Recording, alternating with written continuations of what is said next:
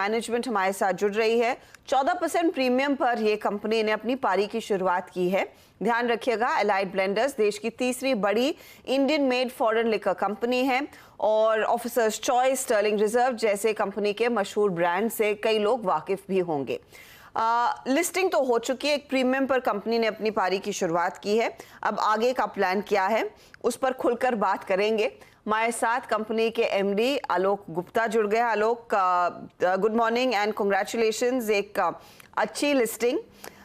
In fact जब आपसे बात हुई थी लिस्टिंग से पहले, आप लोग कह रहे थे कि करीब 5,000 से 5,500 करोड़ का रेवेन्यू अगले 3 सालों में आप अचीव करना चाहेंगे। ये कैसे होगा? क्या नए ब्रांड्स जोड़ने वाले हैं? क्या कैपेसिटी एग्जिस्टिंग ब्रांड्स की बढ़ेगी? डीपर मार्केट पेनिट्रेशन करेंगे? प्लान क्या है? जी, पहले बहुत बहुत धन्यवाद आपकी विशेष के लिए। और मेरे ख्याल से आपने पूरा प्लान समराइज कर ही दिया है। तो फोकस ये रहेगा कि जो हमारी जो पोर्टफोलियो है उसको हमने 3 भाग में डिवाइड किया है।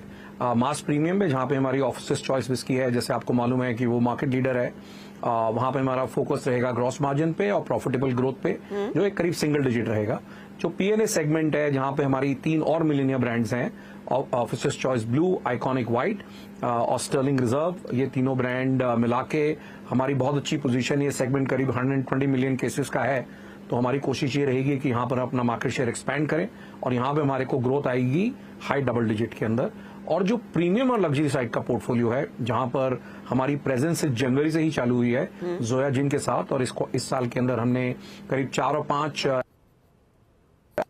आइडेंटिफाई करे हैं, जहां पर राइट टू प्ले और राइट टू विन दोनों हमको लगता है हमारा है। तो ये जो तीनों चीज पे फोकस करेंगे, इससे हमारा टॉप लाइन ग्रोथ भी बढ़ेगा और मार्जिन एक्सपेंशन भी होगा, जो हमारे फिर एबिडा मार्जिन्स के अंदर नजर आएगा।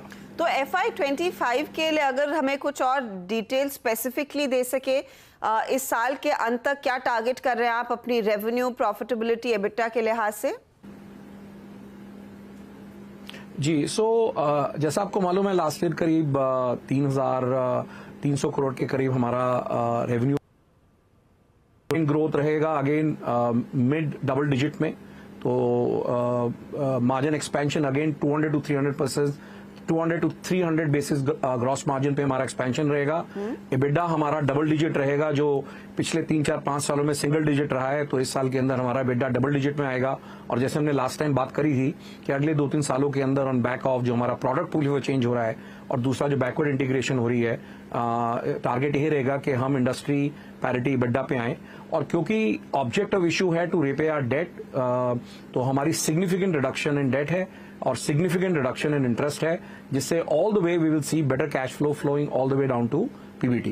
तो साल का जब हम एग्जिट करेंगे, top line growth high double digit, gross margin double digit के अंदर, significant reduction in interest, therefore a better margin, ऐसा एक गाइडेंस के साथ हम काम कर रहे हैं। तो आप एक मार्केट लीडर इस समय मास प्रीमियम सेगमेंट में है, रफली 21% तक का मार्केट शेयर वहां पर है। ये बताइए, वैल्यू टर्म्स में ये सेगमेंट आप लोगों के लिए क्या ऐड करेगा और इसको और कितना स्केल करेंगे, या फिर प्रीमियम साइड पर जहां आपने एक ब्रांड इस समय लॉन्च किया है वहां पर ज्यादा लॉन्चेस आएंगे, उस मार्केट को स्केल करना चाहेंगे? आई थिंक एबीडी में हम लोग रेंज, हमारा जो प्रोडक्ट है वो डाइवर्सिफाइड पोर्टफोलियो है। तो हमारी स्ट्रैटेजी है विच इज मास प्रीमियम पे ग्रो करेंगे सिंगल डिजिट, मगर फोकस रहेगा प्रॉफिटेबल स्टेट्स पे, फोकस रहेगा ग्रॉस मार्जिन जो हमारा करीब 40% के आसपास है, फोकस रहेगा कि वहां पर हम ग्रॉस मार्जिन अपना रिटेन करें और उसको ग्रो करें। अब 50% of our revenue comes from Officer's Choice, mass premium segment जिसको हम बोलते हैं। तो हमारी स्ट्रैटेजी या रणनीति हमारी बड़ी सिंपल है कि focus on profitable growth and focus on retaining gross margin. और जो हमारी वैल्यू ग्रोथ आएगी वो पीएनए सेगमेंट से आएगी, और जो हमारा मेजर एक्सपेंशन होगा प्रोडक्ट पोर्टफोलियो का, वो होगा प्रीमियम और लग्जरी साइड के अंदर। तो फोकस एक ब्रांड पे नहीं है, फोकस है पूरी रेंज के ऊपर। तो जो पोर्टफोलियो हम बिल्ड कर रहे हैं, this is an end strategy, mass premium, PNA and the luxury segment.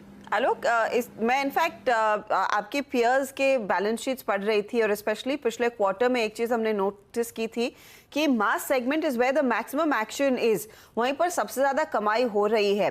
आप लोगों का एक्सपीरियंस क्या है, डिमांड के लिहाज से कितना बदलाव देखने को मिल रहा है? क्योंकि बीच में ऐसा था कि लोग प्रीमियम प्रोडक्ट्स की तरफ शिफ्ट कर रहे थे, but now it seems they have come down to prestige and above and mass has also picked up.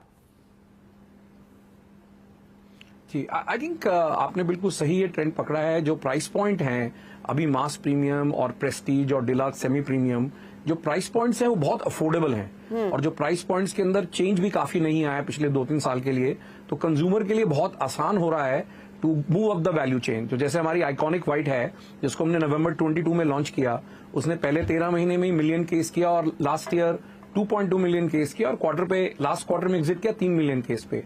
तो कोई भी नई ब्रांड ऑफरिंग जो एक यंगर जो कंज्यूमर को it's engaging it differently, price point बहुत ही अफोर्डेबल है। इसी कारण हमको लगता है कि जो सेगमेंट है यहाँ पे ग्रोथ डबल डिजिट रहेगी आने वाले सालों के अंदर। ओके, ये हम हाल ही में सुन भी रहे हैं कि उड़ीसा की नई सरकार कंसिडर कर रही है कि एक बैन लगाया जाए। क्या उस सेक्टर में आप लोगों का एक्सपोजर है?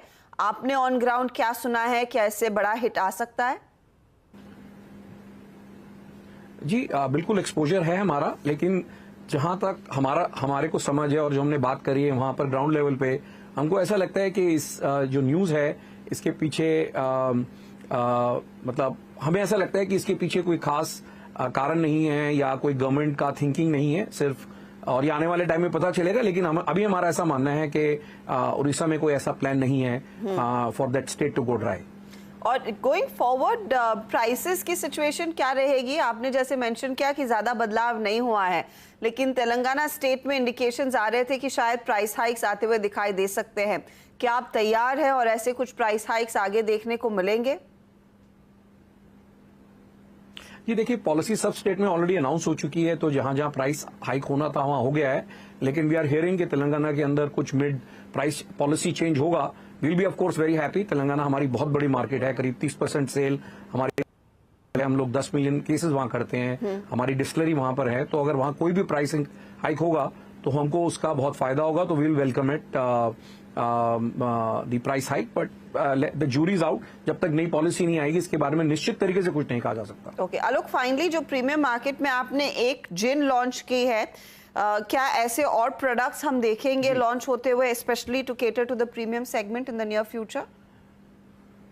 बिल्कुल, एब्सोल्युटली। जो हमारा रोड मैप है न्यू प्रोडक्ट डेवलपमेंट का, आई थिंक थंब रूल, हर क्वार्टर हमने ऐसा प्लान किया है कि हम एक नया प्रोडक्ट लॉन्च करें। तो लास्ट पूरे साल में टीम ने मेहनत करके 4-5 नए प्रोडक्ट बनाए हैं, जिसमें जोया का लॉन्च हुआ है। And going forward, participating in the Scotch whisky segment, participating in luxury whisky segment, participating in luxury vodka segment. आप एबीडी की तरफ से आप देखेंगे कि नई product launches quarter on quarter हम लोग अनाउंस करेंगे। बहुत बहुत शुक्रिया। और आपका स्टॉक आज तो 14% के हाई पर है, तो वहां पर एक्शन जरूर देखने को मिल रहा है। Good luck to you and all the very best.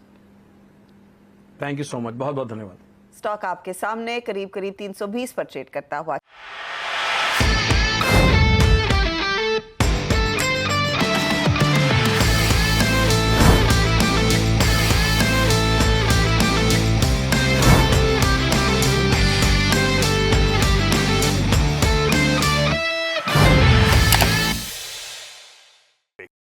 बता दें कि मनी कंट्रोल पर दिए गए विचार एक्सपर्ट्स के अपने निजी विचार होते हैं। वेबसाइट या मैनेजमेंट इसके लिए उत्तरदायी नहीं है। यूजर्स को मनी कंट्रोल की सलाह है कि कोई भी निवेश निर्णय लेने से पहले सर्टिफाइड एक्सपर्ट की सलाह लें।